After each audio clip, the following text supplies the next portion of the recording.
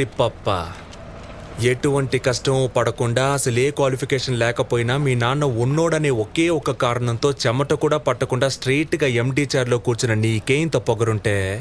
అమ్మ నాన్న తిప్పలపడి school fee కడితే ఎల్కేజీ నుంచి 10th క్లాస్ వరకు కష్టపడి చదివి పాస్ అయ్యి ఇంటర్లో ఈజీగా ఉన్న గ్రూప్లన్నీ వదిలేసి ఎంపీసీ చదివితేనే ఇంజనీర్ అవ్వగలమని చెప్తే కష్టమైన అదే గ్రూప్ సెలెక్ట్ చేసుకుని ఫిజిక్స్కి ఒక ట్యూషన్, కెమిస్ట్రీకి ఒక ట్యూషన్, మ్యాథ్స్కి ఒక ట్యూషన్ అని రోడ్లు పట్టుకు తిరిగి ఆ ఫీజు కట్టాలి ఈ ఫీజు కట్టాలని అమ్మా నాన్నల్ని హింస పెట్టి బోర్డ్ ఎగ్జామ్లో పాస్ అవడానికి ఫ్లాస్క్లో టీ పెట్టుకుని రాత్రంతా చదివి అలారం పెట్టుకుని పొద్దున్నే లేచి మళ్ళీ చదివి తీరా పాస్ అయ్యాక ఎంసెట్లో ర్యాంక్ రాకపోతే లాంగ్ టర్మ్ కోచింగ్ తీసుకుని అప్పటికీ సరైన ర్యాంక్ రాక అమ్మ నగలు తాకట్టు పెట్టి మేనేజ్మెంట్ కోటాలో సీట్ సంపాదించి తెలుగు మీడియం నుంచి వచ్చిన నాకు ఇంగ్లీష్ అర్థం కాక ఫస్ట్ ఇయర్ నుంచి 4th ఇయర్ దాకా ఉన్న అరియర్స్ అన్ని 4th ఇయర్ లో ఒకేసారి క్లియర్ చేసి ఈ సొసైటీలోకి వస్తే ఈ జనమంతా నన్ను ఉద్యోగులేని ఎదవా అని నీచంగా మాట్లాడుతున్న లెక్క చేయక ఉద్యోగం కోసం ఆ ఆఫీసు ఈ ఆఫీస్ అని పిచ్చ కుక్కల 4 ఏళ్లుగా తిరుగుతున్న నన్ను ఎందుకు పనికిరావు తిండి దండగా అని మా నాన్న తిడుతుంటే ఒక్కో మెతుకు గొంతులో దిగక ముళ్ళులా గుచ్చుకుంటుంటే మింకలేక కక్కలేక చస్తూ బతుకుతున్న నాకు ఎవరో ఓ మహానుభావుడు మంచి మనసుతో అవకాశం ఇస్తే దాన్ని కూడా లాగేసుకోవాలని చూస్తున్న నీలాంటి బేవర్స్ గాన్ని ఎదిరించి ఈ రోజు నీ ముందు నుంచి మాట్లాడుతున్న ఉద్యోగులేని గ్రాడ్యుయేట్ ని